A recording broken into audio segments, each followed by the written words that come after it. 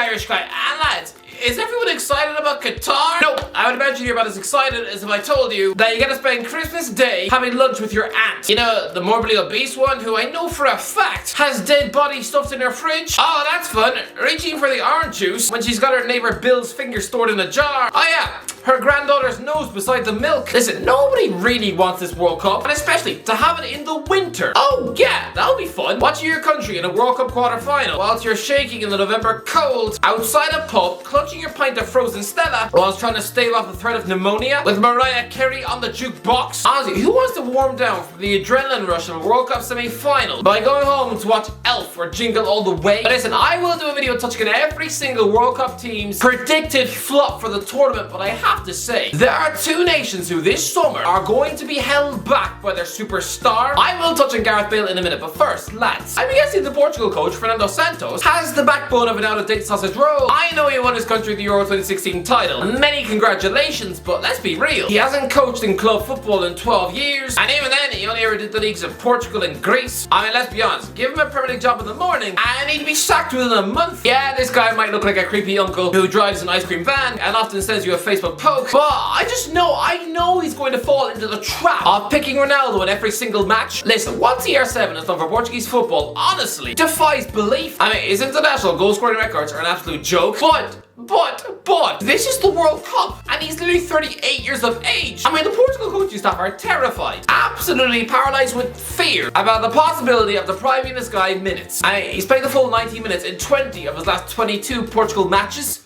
He's nearly 40. And you know, this is all despite the fact that he scored in 1 of his last 9 games for Portugal. 1 in 9. For a world superstar like Ronaldo, that's a stat which would probably cause him to vomit up his lunch. I mean, in recent months, he's failed to score against Ireland, North Macedonia, Czech Republic twice, and does nobody remember his disaster classic against Spain? Surely it makes sense for Portugal to start their in-form attacking talents. I know João Felix is at a stop-start season for Atletico Madrid, so maybe he's not the best example, but surely a front four of Bernardo Silva, Bruno Fernandes, Rafael Leao, and then, you know what? I would play Felix up front as a false 9, you know, be the team's Firmino and bring in the rest of these attacking talents. Well, I mean, who's Ronaldo going to play in front of goal? Because the Cristiano that we've seen all season now, is he really going to be smashing teams apart and winning the Golden Boot when he's bang out of form? I mean, instead of scoring goals, he's just pulling hair with Tyrone Mings. Anyway, that's Ronaldo. The next one is even more troubling. I mean, listen, I'm not a hater of Gareth Bale. Lads, I've been watching this guy ever since he was a goofy looking teenage left back with ears that look like dinner plates. I mean, I remember back when he was a Southampton wonder kid. And yeah, back then he looked destined to be the next Manchester United left back. But listen, I want to make it clear that I do not hate Gareth Bale. There is no agenda here. But I can tell you, this man is going to be the biggest flop of the 2022 World Cup. This is one tournament too many for him, and I absolutely hate what we're about to see. I mean, sure, he's only 33 years old. I mean, well, when Ronaldo was his age, he was scoring 44 goals in 44 games for Real Madrid and winning the Champions League. But Bale, right now, officially, he is 33, yes, but he's playing like a 42-year-old man. Gareth Bale is done.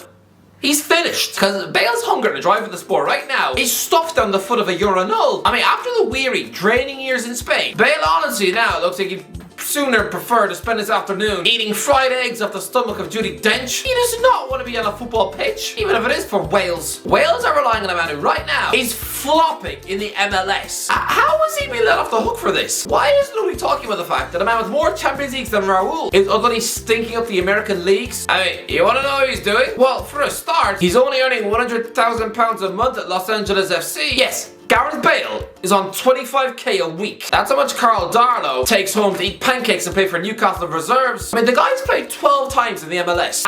He scored 2 goals. The most criminal thing is that it's always just 20-minute cameo appearances off the bench. He is yet to play a single 90-minute match. I mean, the most he's managed is an hour against the likes of Austin FC and Minnesota United. I mean, his last match, he sat on the bench in a 1-0 home loss against Nashville FC. Lads, the way Bale is going, in given 2 years, if he's still playing football, I wouldn't put it past him to be playing for Wrexham. Yeah, buddying up with the guy of Always Sunny and Deadpool. Because if he's failing in America, there really is no hope. I mean, to be fair, he has had one standout moment.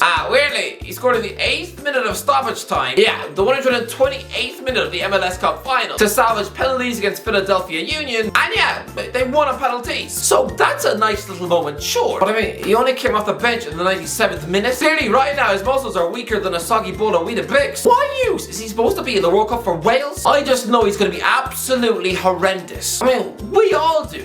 Come on! I almost want to say that Rob Page should be leaving Bale on the bench, but what are the alternatives? I know benching Bale sounds sacrilege, but lads, here are the facts. Gareth Bale has started 3 games of club football since August 2021. And does nobody remember that in his last season for Real Madrid, he was only on the pitch for less than 700 minutes all year? That's essentially the entire Godfather trilogy.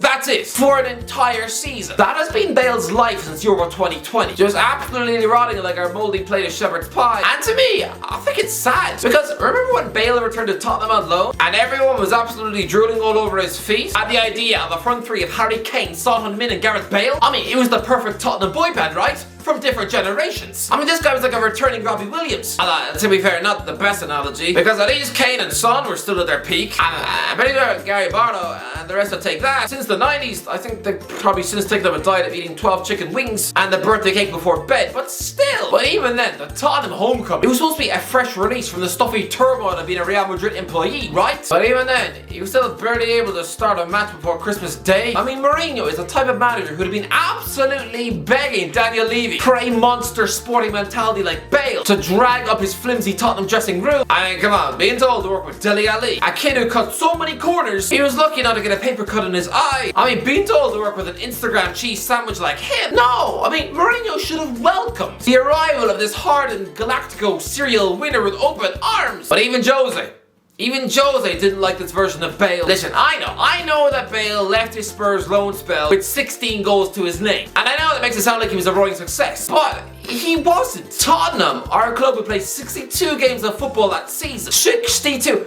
That's a lot of chances to be able to score goals. And now he just a limp 16. I mean, Fernando Torres played 64 games in one season for Chelsea because of the Europa League, and he had 22 goals, and he was a Chelsea flop. I suppose Bale ended the season well, netting a hat-trick against Sheffield United, and then 2 in his final match away at Leicester City. But he hasn't kicked on from then at all. This version of Bale is just a weak, meek hamster of a man. Watching Bale in this World Cup, it's going to be depressing. How is Bale supposed to produce anything meanwhile when he's barely played 4 years? I mean, Rob Page, as a manager, you must be absolutely terrified. I mean, this guy is a coach who's so inexperienced. He's a guy who was sacked by Port Vale in Northampton Town, and now he's actually going to be coaching at a major tournament. And without being able to trust his greatest tool, it must be scary. A bit like progressing all the way through pilot school, and then suddenly being asked to charter a jet to India, knowing full well that one of the engines is actually made of ham. What are Wales supposed to do when Bale is now just an elderly football granddad, who clearly has about as much appetite for the sport as Seth Rogen does for bowls of salad? Bale is going to absolutely stink up the tournament, and it's going to be sad to see. What's such an absolute icon of the sport, he's now just going to look so out of his depth, like a gingerbread man drowning in a bowl of coconut soup. But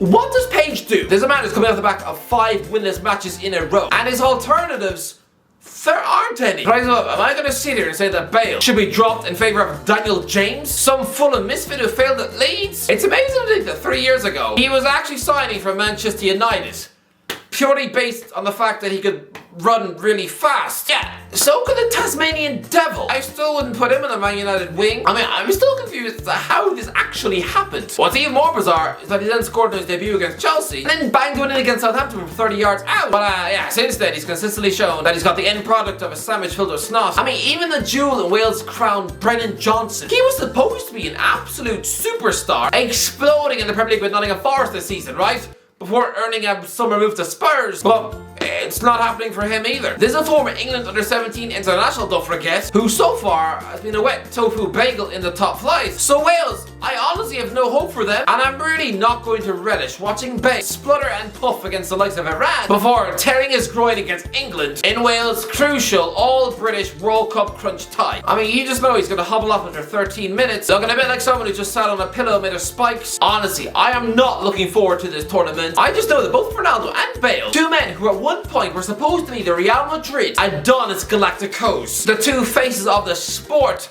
I'm just not looking forward to seeing these two absolute legends and icons fail at this tournament. It's one tournament too many. It's what I would imagine would have happened to Zinedine Zidane if he hadn't retired in 2006 and was still representing France at Euro 2008. Or even worse, being part of that 2010 World Cup mess when he was 37 years of age. No, Zidane, he went out with his dignity and his head held high. Well, actually, no, his head was buried in Materazzi's chest, but still, you get my point. The World Cup was still a brilliant tournament for Zidane. Imagine if he was failing alongside Samir Nasri at Euro 2008, or having a partner Johan Gourcuff at World Cup 2010. No, it would be a stain on his legacy. I mean, Bale especially. Leaving Madrid was supposed to be his redemption arc. To leave all the toxic Bernabeu sludge behind him and prove that those fans were wrong to boo him. Kick his car and generally treat him like someone who hangs around playgrounds taking photos of children on the swings. I don't get it. I don't really know why Real Madrid fans hated him so much. I guess because he liked golf? Yeah, he also scored 3 times in Champions League finals, including a bicycle kick that probably makes you all sneeze with delight. And that's probably even your favourite goal. He scored against your city rivals, Atletico Madrid, in a Champions League final. How does everybody forget that?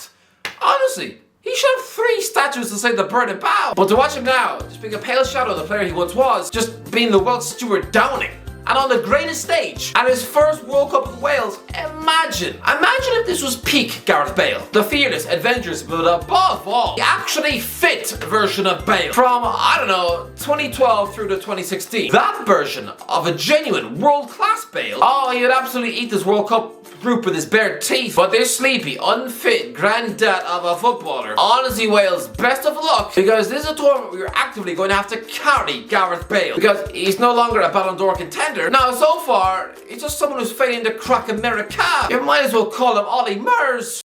Anyway, that's what do you think? What do you think? And let me know, how is Ronaldo going to do in the tournament? Let me know in the comments. If you enjoyed the video, don't forget to, as always, I'll talk to you in a while.